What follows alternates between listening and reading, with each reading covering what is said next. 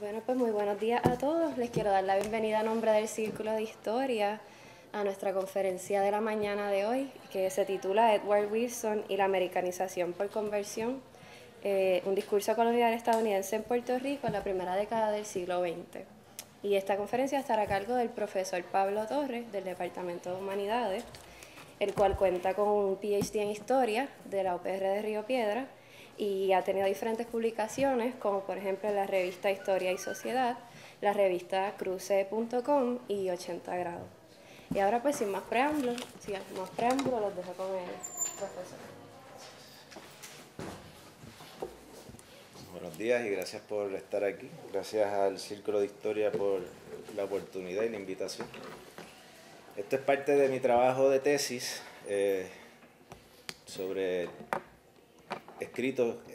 crónicas escritas por escritores norteamericanos sobre Puerto Rico en el contexto del cambio de soberanía, particularmente en el 1898, en la primera década, un historiador y un sociólogo sobre historia de política, que es la conferencia que voy a dar hoy, y en la década del 20, pues, otros dos escritores sobre Puerto Rico, y pues trato de maniobrar el cambio en los énfasis en el discurso colonial norteamericano. Bueno, espero que les interese. El ejército de Estados Unidos, al invadir la isla de Puerto Rico durante la Guerra Hispanoamericana en 1898, vino acompañado además por dos poderosas fuerzas. Una fuerza económica dominada por el capital y la corporación como principales impulsores económicos, y la otra que, a falta de un término más preciso, llamaré ideológica o discursiva. La idea de que el libre mercado y la propiedad privada son la condición indispensable para el desarrollo de la civilización occidental, de la que para la élite política e intelectual estadounidense, la Gran República, como le decían, era su último paso evolutivo. Mas para proclamar su propia superioridad, tenían que dictaminar la inferioridad moral e intelectual de aquellos que consideraron no pertenecían a Occidente. Para definir al otro, se apalabró un discurso nutrido de conceptos dominantes del siglo XIX, como ciencia, razón, progreso, con los que se definieron a sí mismos como parámetros de los más elevados niveles de la evolución humana. Desde esta autoproclamada superioridad, el discurso colonial justifica el control de territorios ajenos y le da sentido a la sojuzgación y explotación de otros pueblos. Este discurso es perceptible en los textos escritos por cronistas estadounidenses sobre las nuevas posesiones insulares, las que Lanny Thompson ha llamado el archipiélago imperial, islas que no compartían geografía, idioma, historia ni cultura, sino el ambiguo estatus de ser posesiones o dependencias de Estados Unidos. Muchas de las manifestaciones del discurso colonial que conocemos se extraen de las expresiones plasmadas en esta escritura de viajes, como memorias de oficiales coloniales o soldados, crónicas periodísticas, cuentos o novelas ambientados en la colonia tropical. En estos textos, y a pesar de la visión crítica que pudieran tener los autores ante el orden ideológico imperante, la ocupación se propone como una necesidad moral. Las escrituras de viajes durante el siglo XIX, en el contexto imperial, cumplió una importante función ideológica. Estas narraciones acercaban a los ciudadanos del imperio a la realidad que se vivía en tierras exóticas, lugares abundantes y atrasados cuyos primitivos habitantes no disfrutaban de los frutos de la civilización. Mary Louise Pratt, en su importante libro Imperial Eyes, Travel, Writing and Transculturation, sostiene que la escritura de viajes en el contexto de la Europa imperialista del siglo XIX constituyó un importante mecanismo de integración. Desde esta producción cultural, generada en libros, revistas, lecturas públicas o conferencias, la empresa colonial fue representada de manera que le dio al público metropolitano un sentido de apropiación y familiaridad con las lejanas colonias. Estos textos ayudaron a la formación de lo que la autora llama el sujeto doméstico del imperio, para que los miembros de estas naciones se identificaran con el proyecto imperial y se hicieran parte de él. Con el desarrollo del discurso científico, los europeos definieron a los habitantes de las tierras calientes como miembros de una civilización inferior. La historiadora Nancy Stepan, en su libro Picturing Tropical Nature, resalta que el occidental denominó al trópico como a place of radical otherness, estableciendo un determinismo climático y geográfico con el que relacionó la abundancia de la naturaleza tropical a una supuesta escasez cultural. El trópico se convirtió entonces en el reverso de las alegadas virtudes de la imperial Europa, y en ese ejercicio discursivo se construyó con un lenguaje científico la validación de su pretendida superioridad. De igual forma se valida la idea de la degeneración tropical, que vinculaba la fertilidad abundante de la naturaleza, el calor tropical y el mestizaje con la supuesta incapacidad de sus pobladores, quienes eran vistos como vagos, atrasados e incapaces de alcanzar la civilización occidental. Este discurso de inferioridad tropical se expresó en particular a través del discurso antropológico influenciado por el darwinismo social y la medicina tropical. Como advierte David Spur en The Rhetoric of Empire, Colonial Discourse in Journalism, Travel Writing and Imperial Administration, el discurso colonial no solo reproduce una ideología que debe ser constantemente repetida, sino que establece una manera de entender y responder a una realidad que se adapta infinitamente para mantener las estructuras básicas del poder. Sin embargo, esta necesidad no es planteada inicialmente para convencer al otro de las bondades de la relación, sino a los ciudadanos del imperio de la necesidad de la misión. Es en este sentido que Spur afirma que el escritor es the original and ultimate colonizer. Los textos que expresan el discurso colonial encontraron en el discurso de la razón y de la observación científica argumentos para justificar sus acciones imperialistas. Por eso es que se idealiza la empresa colonial, que viene a restaurar un orden y a llenar un vacío que le fue negado a sus habitantes. Esto es así porque los ciudadanos de los países industrializados de finales del siglo XIX, inmersos en las ideas racionalistas y humanistas, no aceptarían la burda ocupación de territorios y la esclavización de sus habitantes. En la medida en que las ideologías democráticas imperaban en las metrópolis, era cada vez más evidente la contradicción de las ideas igualitarias de la sociedad moderna y la cruel estructura de dominación en las colonias. Es desde la perspectiva Foucaultiana de la constante reconfiguración del discurso del poder que Pratt entiende que en la competencia no solo militar y económica, sino discursiva, entre las potencias europeas se encontraron nuevas y mejores, entre comillas, razones para las intervenciones imperialistas. Estas tenían que tener un propósito que estuviera a la altura de las ideas superiores con las que organizaron su civilización occidental. En ese complejo contexto es que se debe entender la política de americanización que implantó Estados Unidos para preparar a los habitantes de sus islas para la participación responsable en la sociedad moderna. Para ello, y desde la perspectiva del gobierno norteamericano, esto significaba que los puertorriqueños tendrían que abandonar su tradición hispana, católica y monárquica, y adoptar las maneras americanas, the American ways, más modernos y productivos. Sin embargo, el concepto de americanización es complicado y contencioso, pues describe al mismo tiempo la transformación dramática de la sociedad puertorriqueña a partir de su integración económica, política y cultural al sistema comercial y productivo estadounidense. Pero también fue el apelativo de una política deliberada con la intención de transformar el corazón y la mente, the hearts and minds, de los puertorriqueños.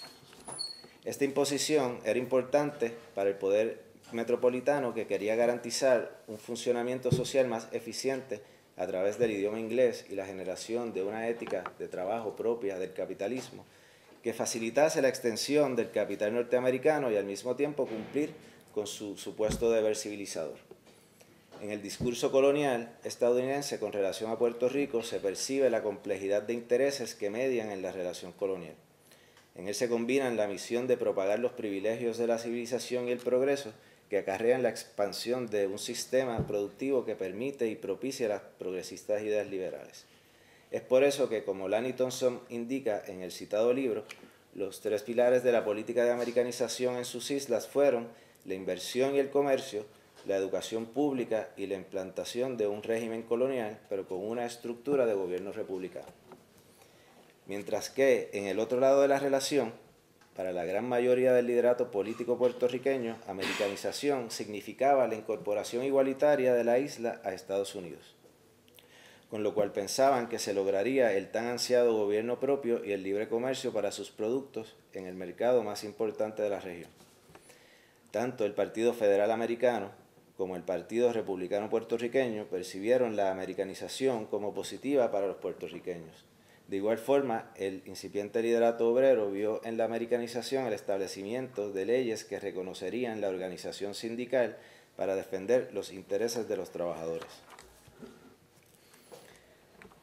En este complejo contexto de intereses y anhelos es que llega Edward Wilson a la isla. Él vivió durante 1900 y 1904 en calidad de alguacil del Tribunal Federal de San Juan.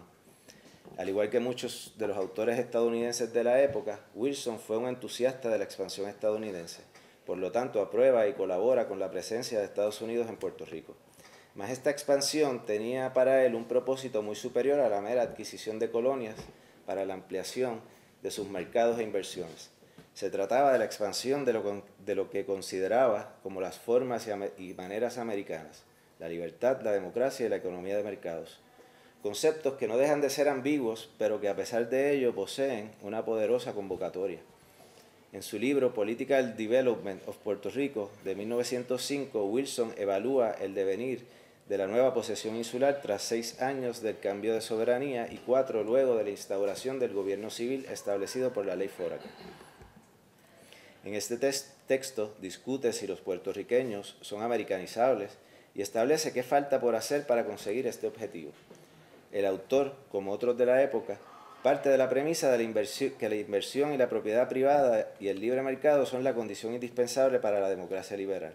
Es por esto que el autor entendía que con el desarrollo económico de la isla, a través de la integración al sistema capitalista estadounidense, sus habitantes lograrían elevar su nivel cultural y por lo tanto recibir, como dijera Nelson Miles en su proclama a los puertorriqueños al invadir la isla, las bendiciones de la civilización iluminada o ilustrada, ¿no? The Enlightened Civilization. Con este propósito altruista es que Wilson entiende se debe ejercer la autoridad estadounidense sobre Puerto Rico. Identifica en este libro 3 importantes escollos para la integración de los puertorriqueños a la sociedad estadounidense. El primero deriva de su herencia cultural española, una sociedad dominada por la Iglesia Católica y los privilegios aristocráticos, para el autor una versión atrasada y corrompida de la civilización occidental. La influencia de España en el desarrollo político de la isla fue detrimental, puesto que la isla began its new career under the tutelage of Spain, whose ideas of civilization were so blighted by rapacity and murder, that whoever came under its sway felt the hand of ruthless tyranny.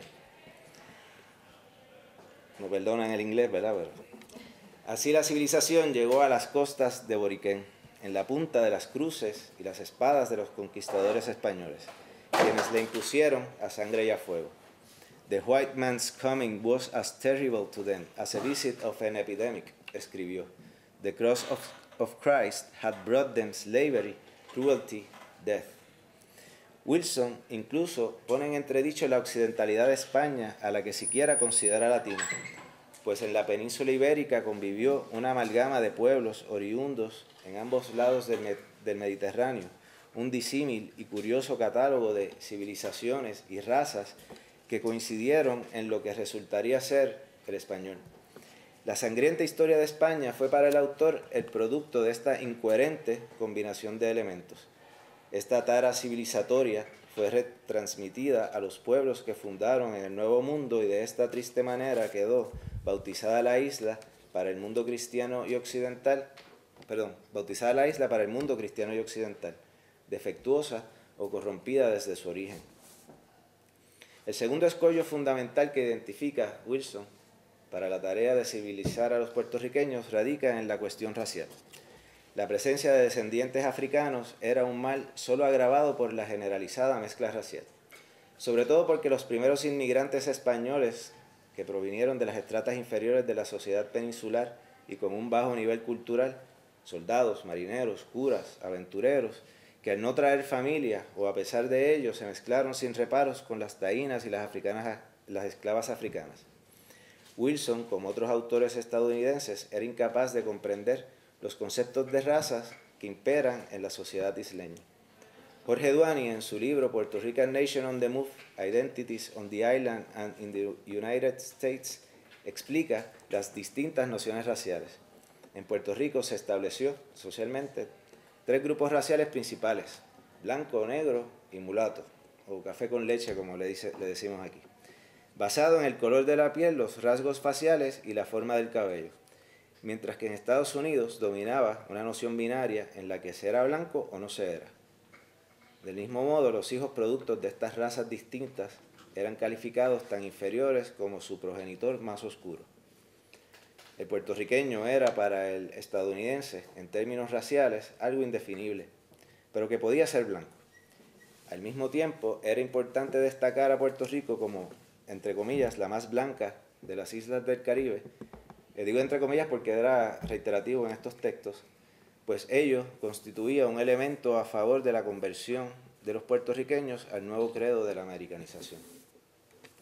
Sin embargo, el texto se dice y se contradice, pues como vimos antes, Wilson cuestionó la occidentalidad, que es como decir la blancura de los españoles, y también se muestra pesimista en que esta índole pueda ser transformada fácilmente. The Latin Indian flavor will outlast centuries. It is in the air. It is part of the sunbeams. La tercera gran dificultad al proceso civilizador lo constituía, según Wilson, el clima tropical. Como mencioné anteriormente, el trópico pues, era visto como un lugar de atraso.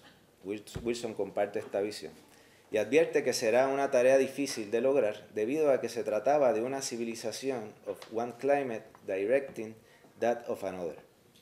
Una relación entre two people that are unlike. Queda establecida una otredad climatológica y geográfica que conllevaba además un peligro para los estadounidenses que vinieran a americanizar la isla. Opina que era más probable que estos fueran absorbidos a la sociedad insular que los puertorriqueños a la continental. El Caribe tropical implicaba el peligro de la contaminación de sus propios ciudadanos. Era un lugar salvaje que se hacía necesario conquistar y domesticar para que la civilización fructificase.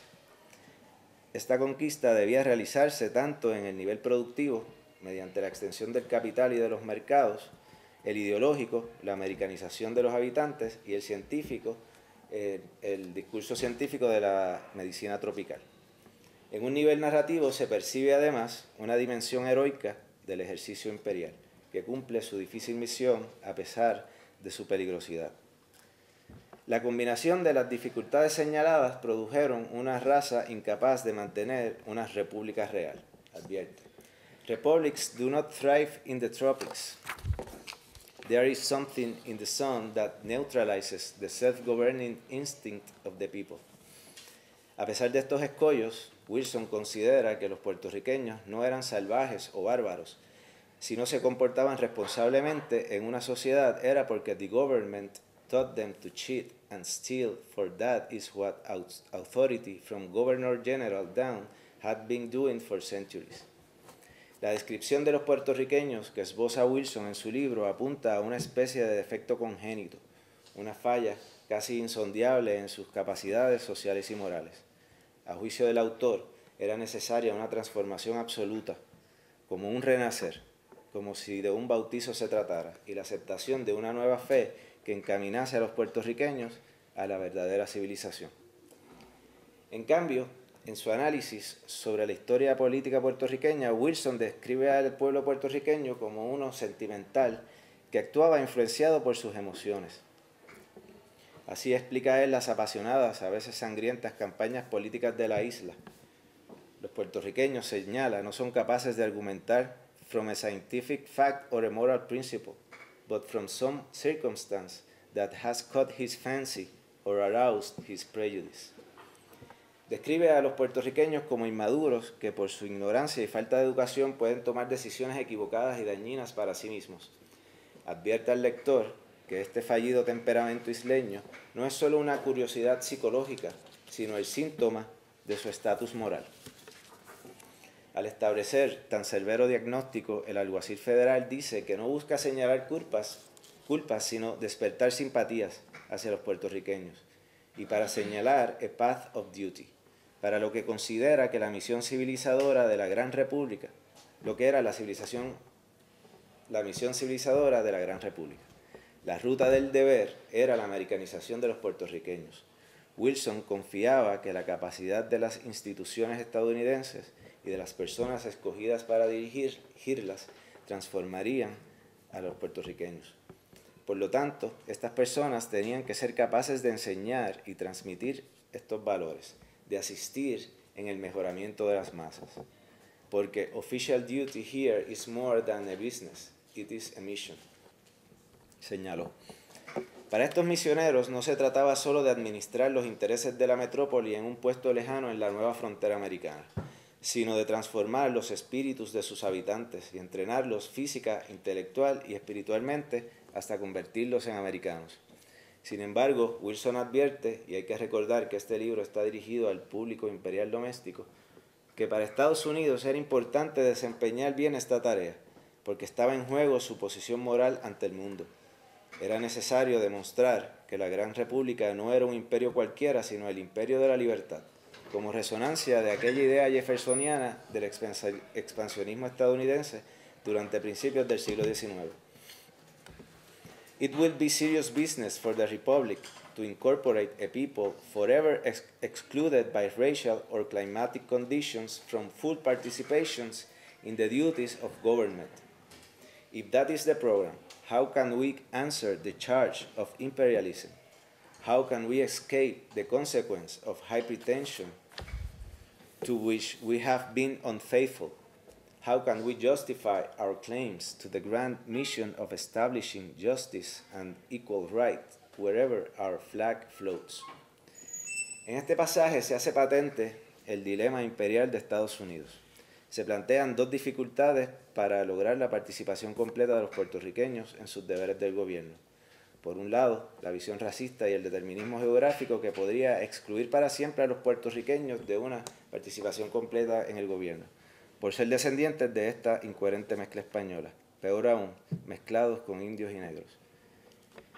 De igual forma, era un asunto serio eso de mantener colonias para siempre en detrimento de la esencia republicana de Estados Unidos. Al analizar el devenir de este proceso restaurador, opina Wilson, sin embargo, que la actuación de los puertorriqueños no ha sido positiva.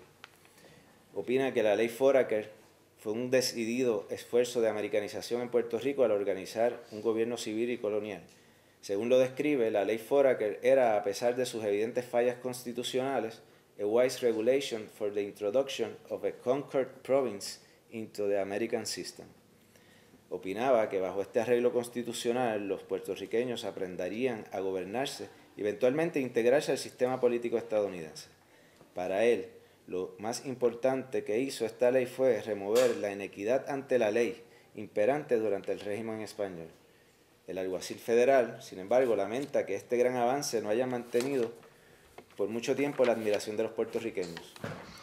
Desde la perspectiva del autor, los puertorriqueños no demostraban suficiente gratitud hacia los estadounidenses. Destaca, sin embargo, una importante diferencia en la actitud asumida con respecto al régimen norteamericano en la isla.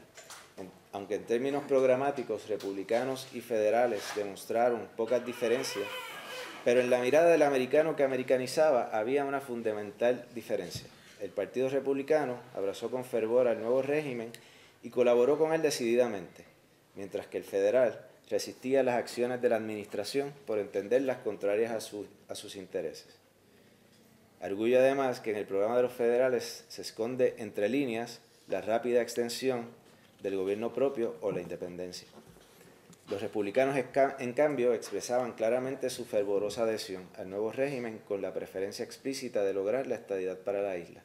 De esta manera, de hecho, él justificaba que la administración los tratara a ambos partidos políticos de manera distinta.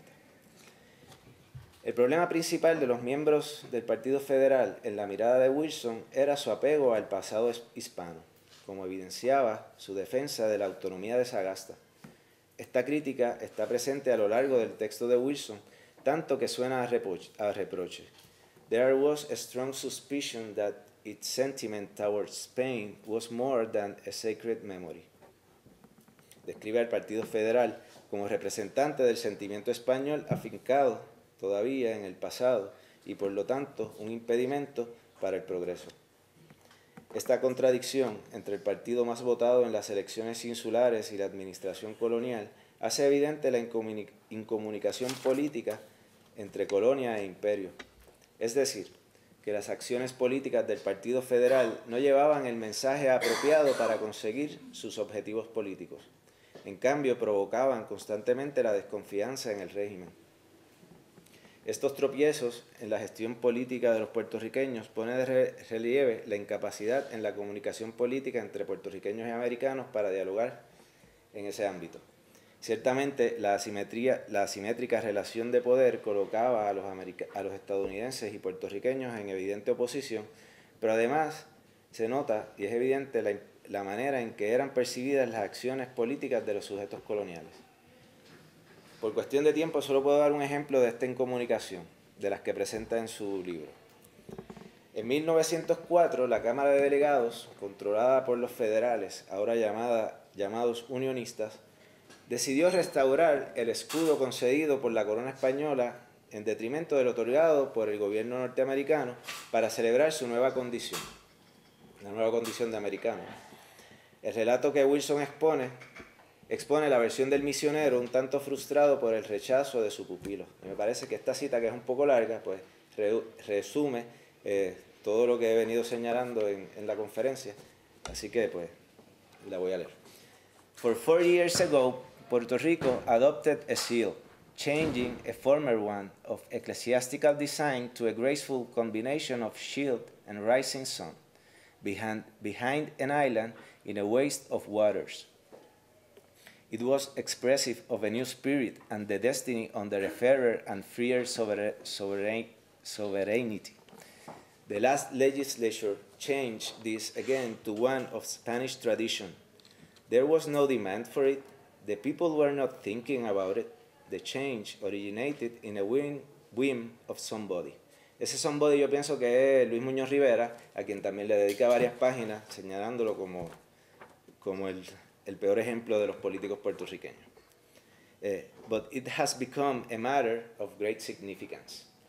At the time when another party comes into power and the air is filled with suspicion and doubt as to Puerto Rican loyalty, a seal with all the fetishes of the old regime, all the omens of a reaction, and the badges of church domination, is adopted to take the place of a seal proclaiming a new day, a new destiny, a new glory for Puerto Rico, under the flag of the United States.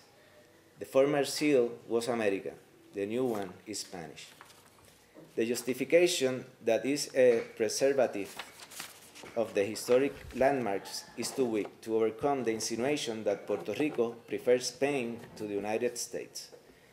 I don't think it means all it seems to mean, but there is no excuse for logging in an old fetish for the tattered sentiment it evokes, especially as it places Puerto Rico in a false light and creates a public opinion to its disadvantage.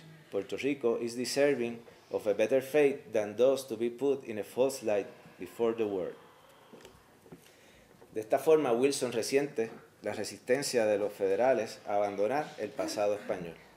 En muchos sentidos, puede concebirse este reclamo como un llamado a la conversión religiosa, en la que se acepta mediante un acto de fe la salvación del alma y se abandona todo. Aquí el escritor, tutor, misionero espera la conversión completa para dejar la herencia española, la cual vida de pecados en la pila bautismal y renacer como una nueva persona, como un americano. Por eso resiente la permanencia de los símbolos del antiguo régimen.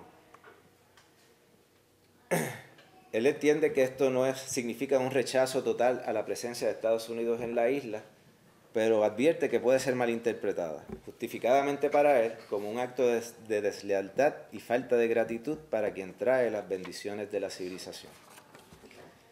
Para concluir, Edward Wilson en Political Development busca llamar la atención sobre los fundamentos éticos de la empresa expansionista estadounidense. Es reveladora la ausencia en su texto de los intereses económicos e industriales de Estados Unidos en la isla. Solo de sus textos, ¿verdad? Porque en la isla estaban presentes.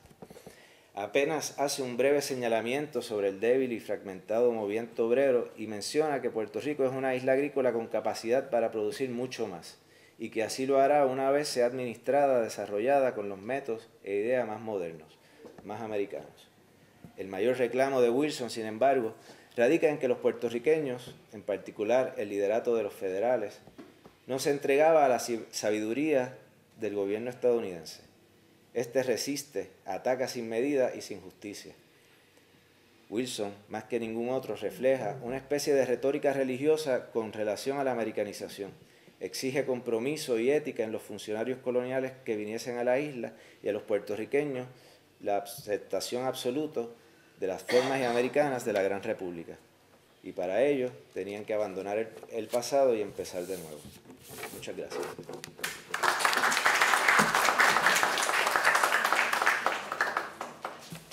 Bueno, pues entonces pasamos a la sección de preguntas, si alguien...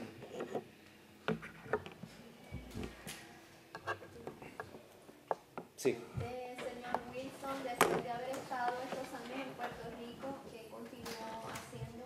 Pues no sé, él regresó, estos son personajes un tanto oscuros, por lo menos en una investigación a través del internet y por la casa publicadora original, pero no se sabe mucho más de ellos. Regresó a su lugar de origen y seguiría trabajando en el gobierno federal, ¿verdad? Era un burócrata en ese sentido de la palabra. Él vino a Puerto Rico a cumplir una misión y regresó. Pero no publicó más nada que yo tenga conocimiento. Sí. ¿Existe evidencia gráfica del escudo que se estaba proponiendo? En el libro me parece que está. Esto, de hecho, es una serie que publicó la Oficina del Historiador de Puerto Rico, donde trabajo como investigador.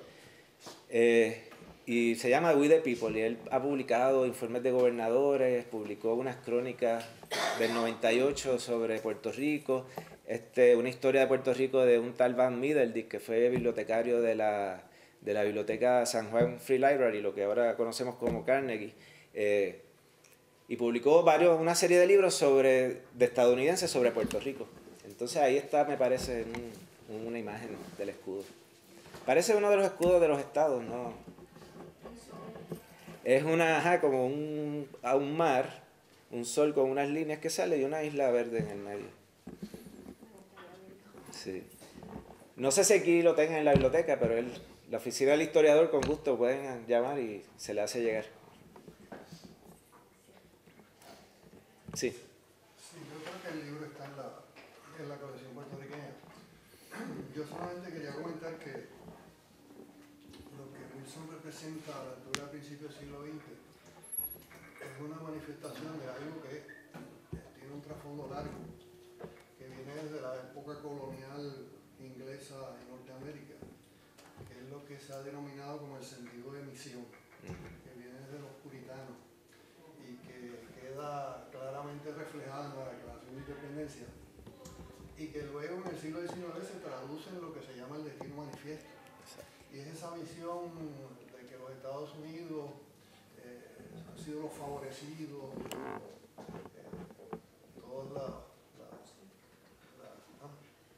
todos los atributos de lo que una buena civilización debe aspirar. Y entonces se crea esa impresión de los Estados Unidos como salvadores de estos nuevos territorios que se conquistan en la guerra hispanoamericana y que obviamente a su vez es la base para toda esa política de transculturación, americanización, que realmente pues no es algo que debe sorprender en términos del comportamiento de la administración colonial estadounidense en Puerto Rico. Y te felicito por atender el asunto porque me parece que de alguna manera esa visión, matices quizás diferentes, todavía está presente en el Puerto Rico de hoy. Quizás no desde la perspectiva estadounidense, pero sí de alguna unas manifestaciones locales, ¿verdad? Sí, sí, la propia percepción. Sí. Sí, esto es, lo que a mí me interesaba era, y usted señala correctamente, también es una evolución del discurso occidental, ¿no? Que discutimos en las clases de humanidades. Pues Estados Unidos se considera como la evolución. Primero era Inglaterra, que dominó el siglo XVIII y XIX, producto de la Ilustración, todo esto. Y eso se retransmite en Estados Unidos y en particular por la noción de que habían abandonado las monarquías y las sociedades estamentales, aristocráticas. Entonces, pues, ellos eran la República moderna, la Gran República, ¿verdad? Entonces, pues, pero que dentro del mismo discurso norteamericano hay, aunque sean pequeñas sutilezas, no varía en lo concreto, y es, pues, que el capital debe dominar la inversión y el libre mercado y la propiedad privada, y los puertorriqueños que se tienen que integrar a esa mecánica. Pero, pues, no se puede detener el gran capital ya corporativo de la industria azucarera, ¿no? Que tuvo un efecto particular en la sociedad puertorriqueña, aniquiló la industria del café y impulsó la industria del azúcar. Los textos que discuto sobre el 98 es lo que Mary Louise Pratt llama la vanguardia capitalista. Ellos venían ya, no tenían esta noción civilizadora tan fuerte. Sí lo mencionan, que vamos a educar y esto, pero su interés particular era vamos a invertir y la inversión va a elevar el nivel de vida de los puertorriqueños y de esa manera se van a integrar, se van a modernizar. Ellos decían que en 10 años iban a transformar a puertorriqueños totalmente. Ya vemos que Wilson habla de las dificultades, ya las va presentando de otra manera, y por eso también hay un énfasis a la cuestión de la misión. Wilson en ese sentido es distinto a esos tres cronistas que discutían la tesis, ¿no? A finales del 18. Los otros dos textos que discutí eran ya en la década del 20, pues ahí hay otra transformación también, porque empieza a dominar el discurso del panamericanismo en la política internacional norteamericana, que es una política más de buen vecino con las repúblicas hispanoamericanas. Entonces, pues ya no se ve el pasado hispano como esta cosa terrible, sino como pues algo positivo, Puerto Rico como el enlace entre ambas regiones, ¿verdad? Y ahí vemos una larga tradición de Puerto Rico como puente entre dos culturas.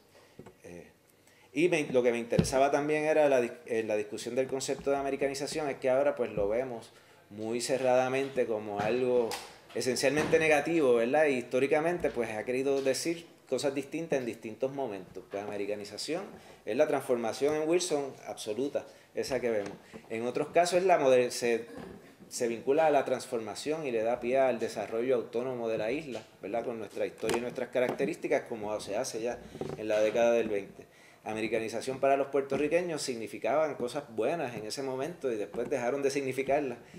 Así que lo que quería era complejizar un poco el concepto y tratar de que fuera menos clichoso y fuera pues algo más problemático con lo que para poder enfrentar estas mismas cosas que usted mencionaba, donde todavía vemos esa necesidad de que nos salven de nuestra propia indolencia frágil y corrompida.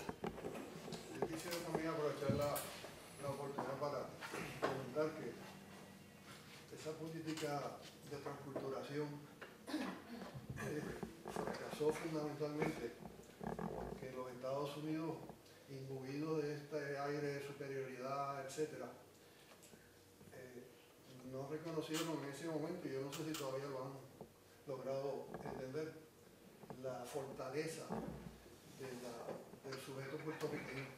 O sea, esa reacción de, por ejemplo, del Partido Federal, que se manifiesta ya desde el periodo de transición llamado gobierno militar, ya los choques entre Muñoz Rivera y su gente con los gobernadores estrictamente militares, se ve desde el 99 en adelante, sobre todo con Henry. Yo creo que no parte necesariamente de la premisa esa de defender lo español, sino yo creo que parte fundamentalmente de defender lo propio, lo puertorriqueño. Y la solidez de esa base cultural nacional puertorriqueña es realmente la que hace imposible ese proceso de americanización, hasta el punto de que ya, por ejemplo, a partir de la década fue progresivo, ¿verdad? Fueron, por ejemplo, en las escuelas instituyeron la enseñanza del inglés desde el principio con la cuestión del español, pero ya progresivamente lo fueron aliviando cuarto grado se podía enseñar en español, luego hasta sexto grado, hasta que eventualmente ya en la década del 40 pues tuvieron que aceptar que no, que la enseñanza tenía que ser en español, en el 47 específicamente. Pero me gustaría pues subrayar que además de la posibilidad interpretativa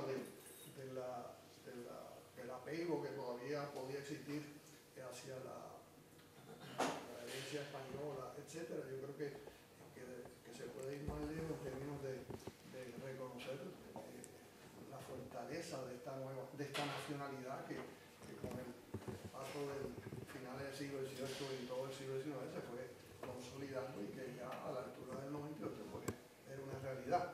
Claro, eso no está retado con el tipo de actitud que el liderato político puertorriqueño manifestó cuando llega el invasor, pero es que precisamente porque le venden esa proyección de progreso y el ejemplo más claro de eso es la proclama de Miles, ¿no? O sea, uno lee la proclama de Miles y esto va a ser y se entrega. El paraíso, ¿no? Sí, sí. O sea, entonces, eso hasta cierto punto lo que ilustra es una especie de desfase entre el discurso y la realidad, porque cuando uno estudia el proceso histórico de los Estados Unidos del siglo XIX se da cuenta que ya ese discurso es anacrónico, o sea que ese discurso no es real. Pero eso es lo que ellos venden y han seguido vendiendo. Porque atando con el comentario que hace sobre la política del buen vecino, eso es otra manifestación de tratar de proteger ese discurso atenuado a las nuevas circunstancias. O sea, porque cuando es que la política del buen vecino toma realmente vuelo, la década del 30, pero es la década de depresión. O sea, y ya el intervencionismo militar no puede darse tan fácilmente como se dio en las primeras décadas, y entonces hay que diseñar una alternativa que es la de las dictaduras locales, y por eso están los Trujillo, los Batista, los Somoza, los Stroessner, etcétera. O sea, que todo pues o sea, para verdaderamente uno poder entender toda esta problemática, como usted muy bien señala, hay que estar muy consciente de la trayectoria de los Estados Unidos y obviamente la trayectoria puertorriqueña. Sí, Yo quería mencionar que todavía se usa en el discurso norteamericano y lo vimos constantemente, este término del excepcionalismo americano. También, sí. Viene de esa selección. Es excepcional. Y es la justificación que todavía Bush lo usaba constantemente. Sí, sí.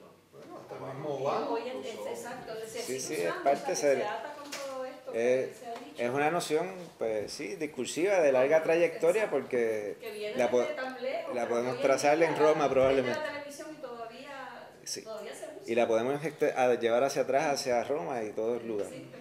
A mí también es correcto, yo pienso que el proyecto, a mí no me gusta tanto el término transculturación, porque yo sigo a Fernando Ortiz y es como esta transculturación como algo inevitable entre el contacto cultural, ¿verdad? Y es algo normal en el proceso de las sociedades, ¿no? Los pueblos se mezclan y se transculturan, toman elementos de ambas.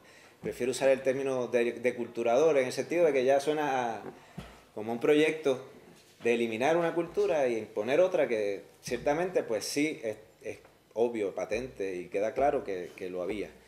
Nunca tuvieron los recursos para hacerlo del todo, ¿verdad? Porque de esta marea de profesores norteamericanos para enseñar inglés en Puerto Rico nunca llegó, siempre llegaban, no fueron tantos en términos porcentuales, y la queja constante de los secretarios de educación, o como se llamaban entonces, comisionados de instrucción, decía que no tenían los recursos, que les faltaban maestros.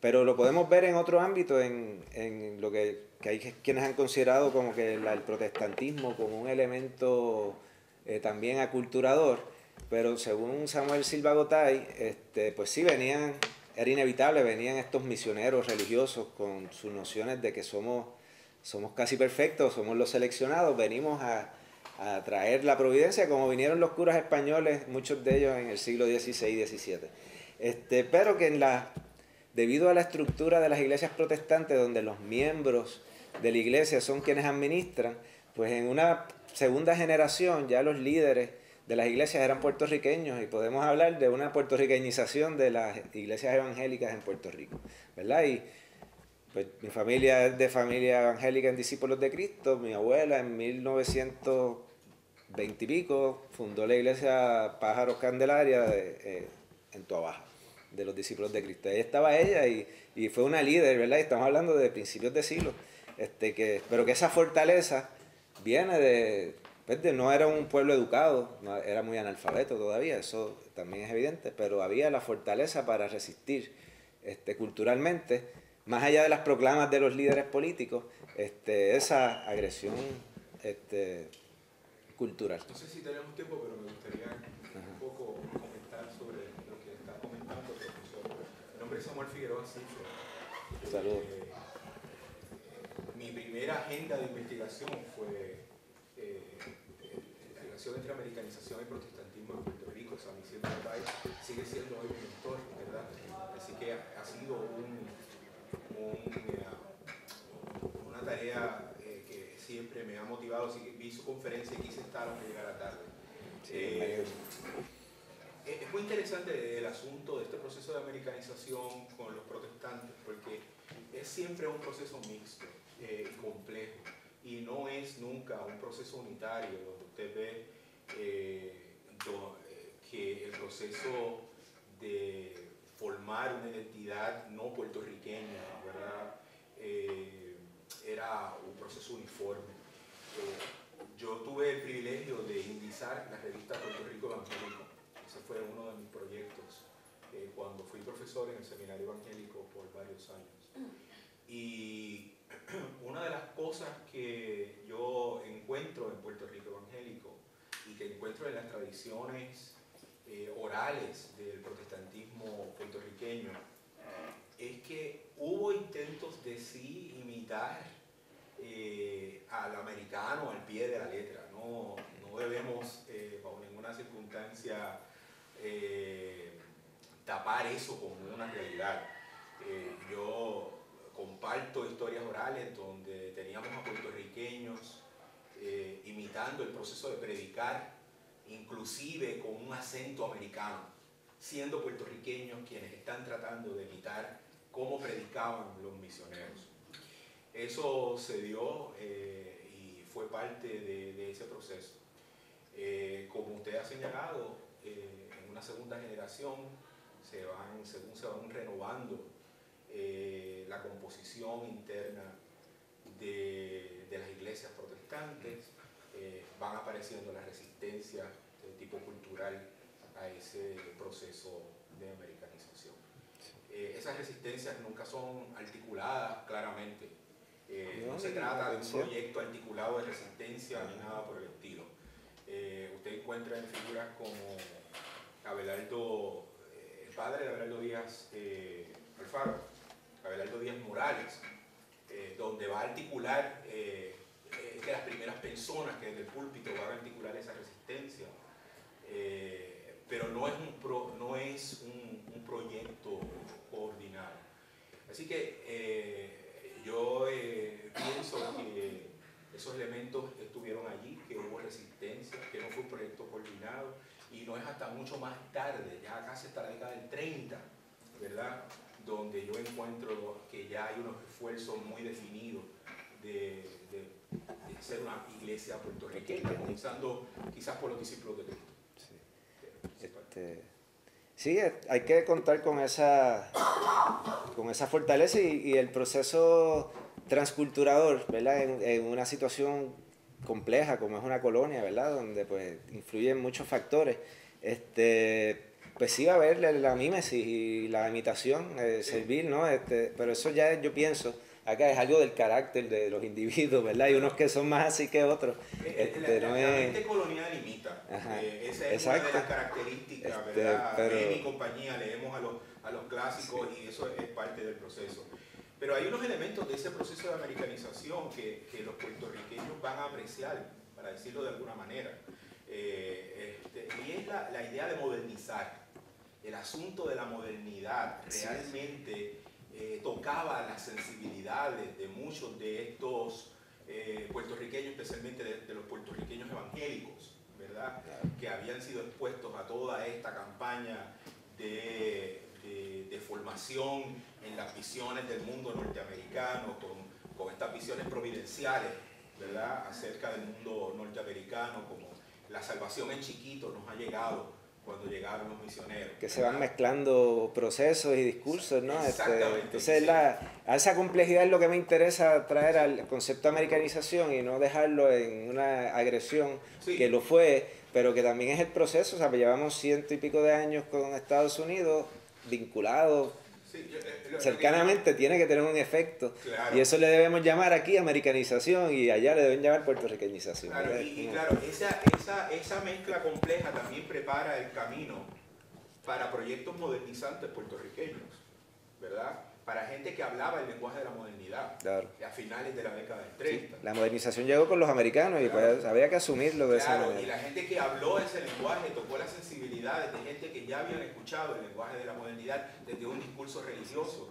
Y pienso que no les dio mucho trabajo identificarse con los nuevos discursos de la modernidad que tenían un carácter secular y que iban a aparecer. Y en cierta manera crean condiciones para la expansión. Que ahí se puede entender el movimiento obrero que busca defender sus intereses, y fue el esquema norteamericano quien le permitió, le dio las herramientas para hacerlo. Correcto. Entonces pues, hay que complejizar, me disculpa, el asunto de los intereses de los distintos sectores sociales con los intereses políticos coloniales, ¿verdad? Que ahí es que se complica nuestras reacciones, ¿verdad? Y las queremos entender de ciertas maneras, pero lo que a mí me interesa es verlo complicadamente, porque mientras más complicado es más cercano a su realidad. Ninguna de estas cosas son siempre complejas, y modelos de complejidad deben ayudarnos a analizar el proceso. Pero no solamente el movimiento obrero, tú puedes escuchar los discursos de modernidad de Muñoz, por ejemplo. Muñoz, por eso, a pesar de Muñoz, porque él vino en los 20, llegó con los socialistas, claro, por supuesto, y por ahí fue su trayectoria. Que nuevamente se complejiza siguiendo tu línea de argumentación, su línea de argumentación, y que va a ir tomando caracteres nuevos. Pero había un discurso sobre la modernidad que ya había sido plantado. Ciertamente habían proyectos de modernización del siglo XIX, Román Valdoriotti de Castro y José Julián Acosta son los dos ejemplos más prominentes en ese proceso. Sin embargo, no creo que hayan tenido la intención misionera que tuvieron los proyectos de modernización de los protestantes, que querían, que contemplaban su acción como una acción activa, insistente. Claro, porque estos eran líderes políticos, y también pues no tenían esa idea de la salvación del alma, eran más laicos en ese proceso. Al contrario, estaban alejándose de la cuestión religiosa por su contexto particular. Entonces sí he movido la discusión en alguna otra dirección, pero era que quería comentar eso. Sí, yo quería comentar sobre lo que dice mi amigo Samuel.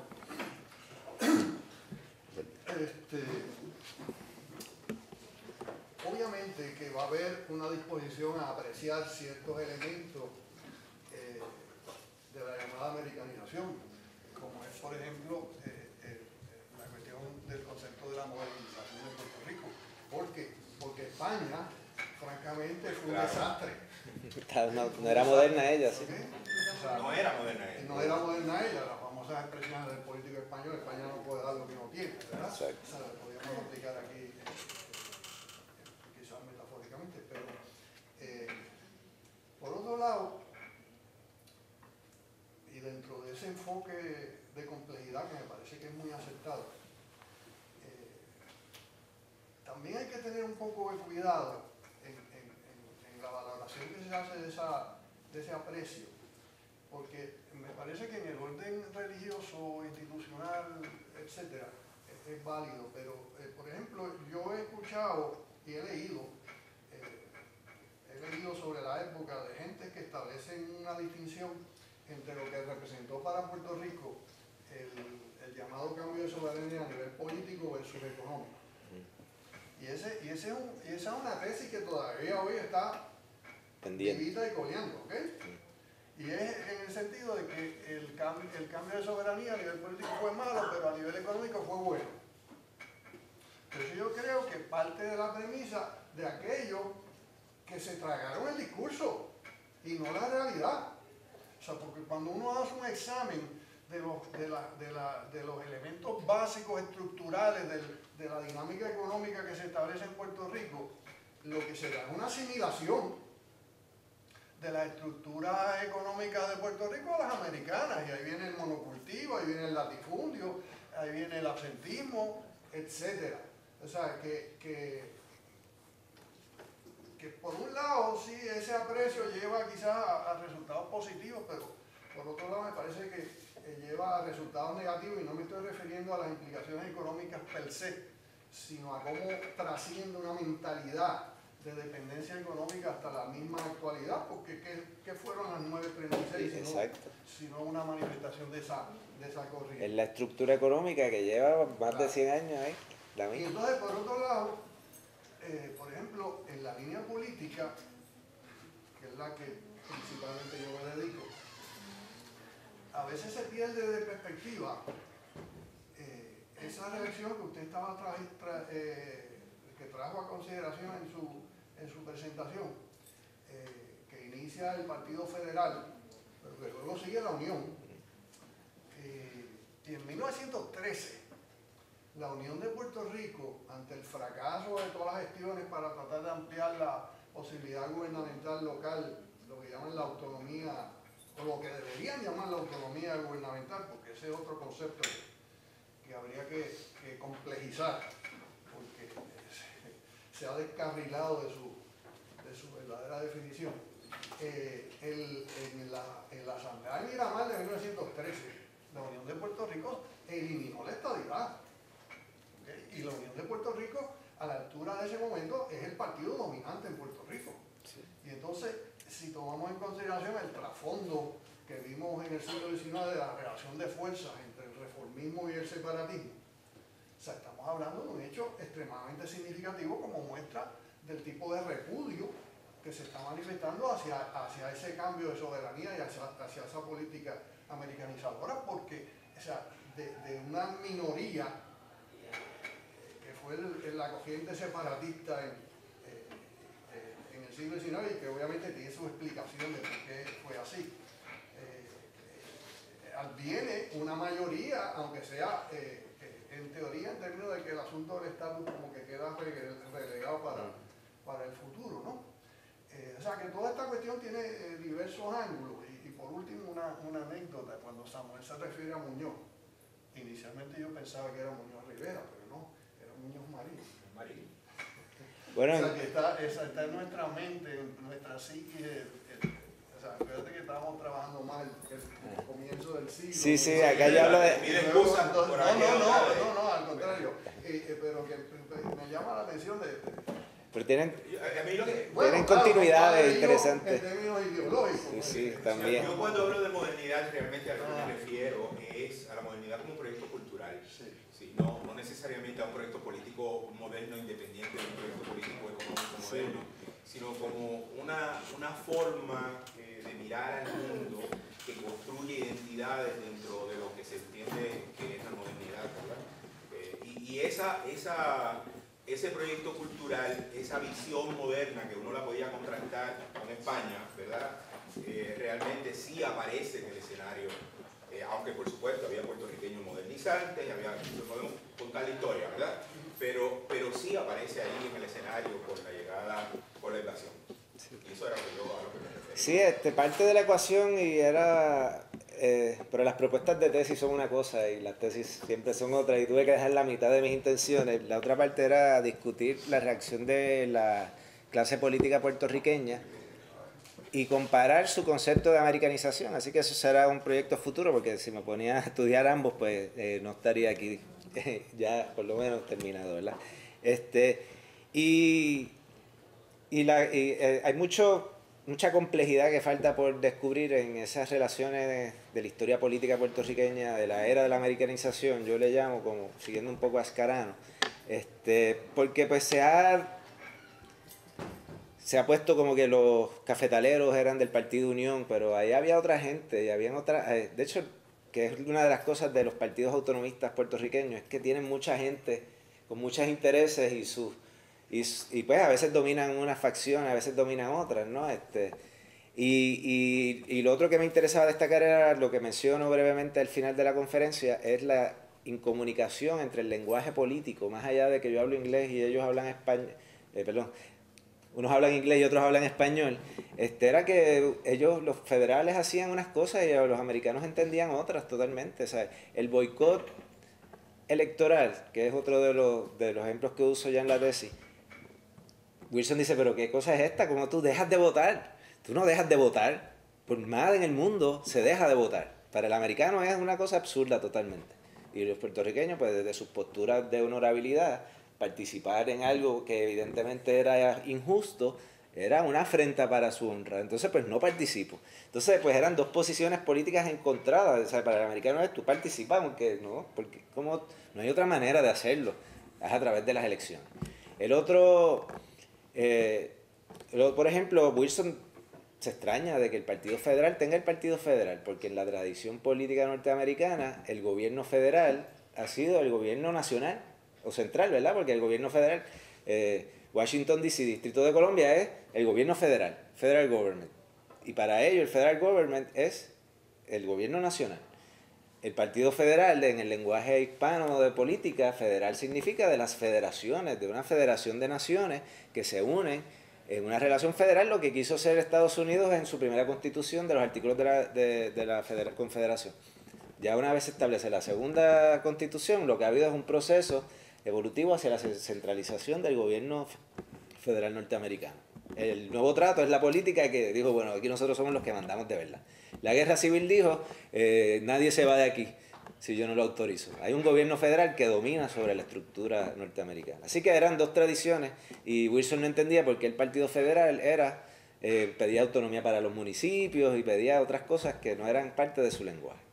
Uno que escapa ya de Wilson, pero que también es otro ejemplo importante, es el boicot electoral de presupuesto que hizo la Cámara de Delegados en 1908, copada por los unionistas, ya hay dominados por unos sectores más radicales en su proceder, ¿verdad? Está Matienzo. Y esto es que para los americanos, de nuevo, no me interesa para el argumento tanto la reacción de los puertorriqueños, que es interesante en sí misma, pero los americanos perciben esto no como, mira, esta gente está desesperada para resolver su situación colonial, o sí, mira, tenemos que atenderlo. Era como, ustedes no saben gobernarse.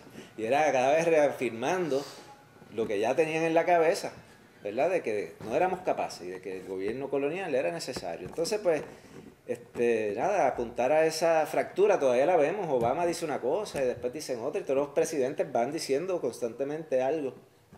Y acá estamos entendiendo otra cosa, y son 100 años con cada representación allá que podemos aprender las formas y maneras norteamericanas, y no hemos aprendido a establecer un lenguaje político. Las razones son muchas, obviamente, es que ellos quieren una cosa y nosotros queremos otras que para ellos no van a ser, que esa es mi opinión, ¿verdad? No van a dar una cosa ni van a dar la otra. Y mientras nos tengan ahí, pues esa va a ser esa es la relación que mejor provecho les tiene, ¿verdad? Las cosas cambian. Todo viene desde eso. Me parece a mí que parte de no quiero extenderme demasiado, ¿verdad? Pero parece tan interesante.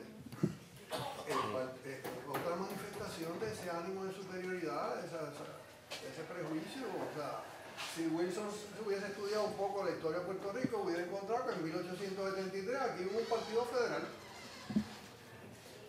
Sí. Porque cuando se proclamó la primera República Española, el Partido Liberal Reformista, que fue el primer partido que permitieron organizar aquí en el 70, en el 73, ajusta su nombre, Partido Federal Reformista. ¿Para qué?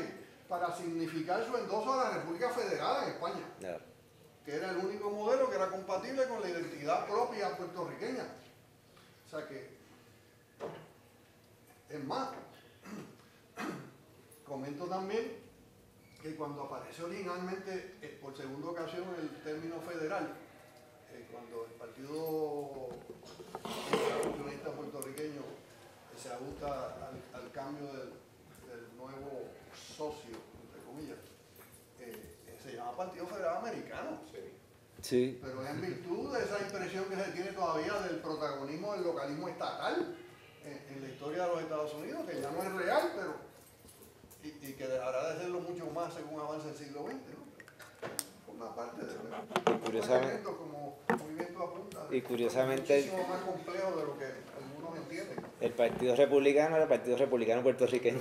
Sí, por eso lo puse, me parece curiosa de esto, parte de nuestra idiosincrasia, creo yo, verbal.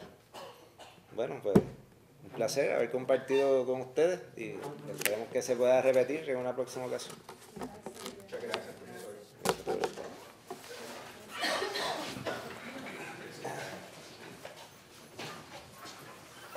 Muy interesante. Vine de casualidad porque me enteré cuando llegué ahora. Yo me hubiera querido